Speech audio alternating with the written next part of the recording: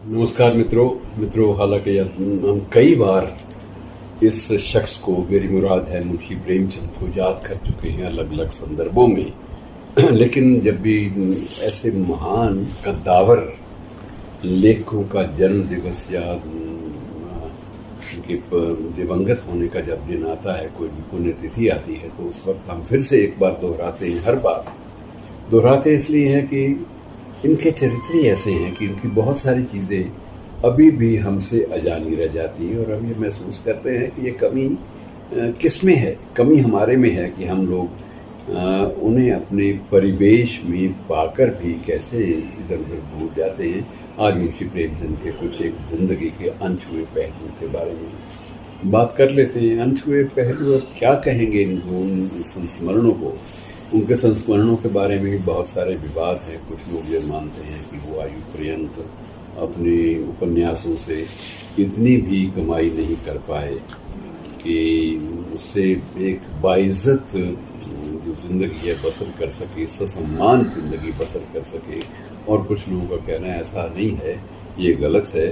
वो सादा ज़रूर थे, लेकिन सादगी का मतलब ये नहीं था कि उनके पास जो ज़िंदगी की जो रोज़मर्रा की चीज़ें, कोई अभाव था।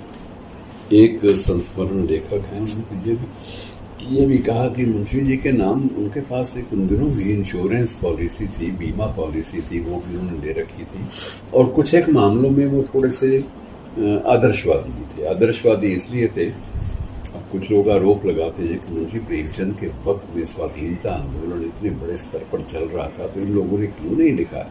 लेकिन ऐसा नहीं है। ऐसी आलोचना करने वाले लोग ये भूल जाते हैं कि मुंशी प्रेमचंद ने उस वक्त, उन दिनों, गोदान के माध्यम से, प्रेमाश्रम के माध्यम से, सेवा सदन के माध्यम से और इन उपन्यासों के अलावा अपनी 300 कहानियों के माध्यम से कितने ज़्यादा तथ्य उभार कर, सामाजिक तथ्य उभार कर पात्रों के माध्यम से हमारे सामने पेश किए, देश के सामने। और देश को बहुत सारी, देश की जनता को बहुत सारी बातें नए सिरे से सोचने पर विवश किया। और यदि ये बात ना होती मित्रों, तो क्या ये संभव होता कि उनके उपन्यास सोज़े वतन की प्रतियां बनारस के चौक चौराहे के बीचों बीच रख कर अंग्रेज कारिंदों द्वारा आके स्फुट कर दी जाती है? मुमकिन नहीं होता। और सबसे बड़ी बात ये थी कि वो जलते हुए पन्ने थे, उनमें से एक पन्ना इनका एक प्रशंसक वहाँ से उठा कर ले आया था और उसने बाकायदा उनको भेज किया था कि ये तो एक मिमेंटो है। तो उन्होंने माथे पे लगा के इसको स्वीकार किया कि ये तो मेरे लिए तुम समृद्धि चिन्ह ले आए हो, सोज़े वतन के पन्नों का नहीं बल्कि सोज़े वतन को जलाए जाने की घटना का। तो मित्रों, ऐसा नहीं है कि ये लोग कहीं भी किसी क्षेत्र में पिछड़े हुए थे।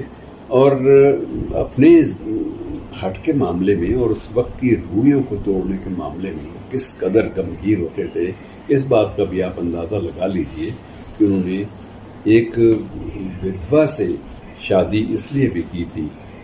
ये सिर्फ नहीं था कि शिवरानी जी के साथ उनके कोई प्रेम संबंध थे, वो बात की बात है कि उनको अच्छा लगता था उनके साथ बात करना, उनके साथ किसी विषय पर चर्चा करना।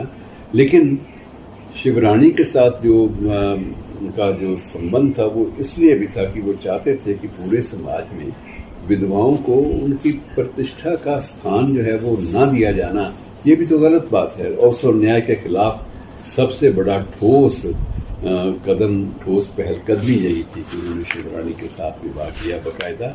और उसके बाद शिवरानी ने भी उनके चरित्र के बहुत सारे अछूते प्रसंगों को प्रेमचंद घर में नामक एक पुस्तक में पिरोकर पाठकों को समर्पित किया। ये एक बहुत बड़ी बात, बहुत बड़ी घटना है, जिसके बारे में हम सबको जानना चाहिए। और सबसे बड़ी बात यह है कि प्रेमचंद को 3 नामों से लिखना पड़ा। कभी नवाब राय के नाम से, कभी धनपत राय के नाम से, कभी मुंशी जी के नाम से, कभी मुंशी प्रेमचंद के नाम से। कारण एक ही होता था कि एक नाम से लिखी गई कृति पर कई बार प्रतिबंध लगता था, तो लेखन तो ठप हो नहीं सकता, तो वो दूसरे नाम से लिखना शुरू कर देते थे। पहले उर्दू में लिखते थे और उसके बाद हिंदी में भी उन्होंने देवनागरी लिपि में भी अलग से लिखा। ये बात भी तथ्य है। जबकि बहुत सारे लोगों के लिए ये है कि वो हिंदी के ही उपन्यास सम्राट थे, जबकि उर्दू के लेखन में भी उनकी जो गहराई तक पहुंच पाने की जो क्षमता थी वो बड़ी अद्भुत थी। और अंतिम बात यह कि मुंशी प्रेमचंद का जो पत्र साहित्य है, जो खतों किताबत वो करते थे, वो भी साहित्य का एक हिस्सा है। तो ऐसे महान कद्दावर लेखक को याद कर लेना चाहिए, उनकी स्मृतियों को तरोताज़ा करने के लिए और नई ऊर्जा प्राप्त करने के लिए। शुक्रिया।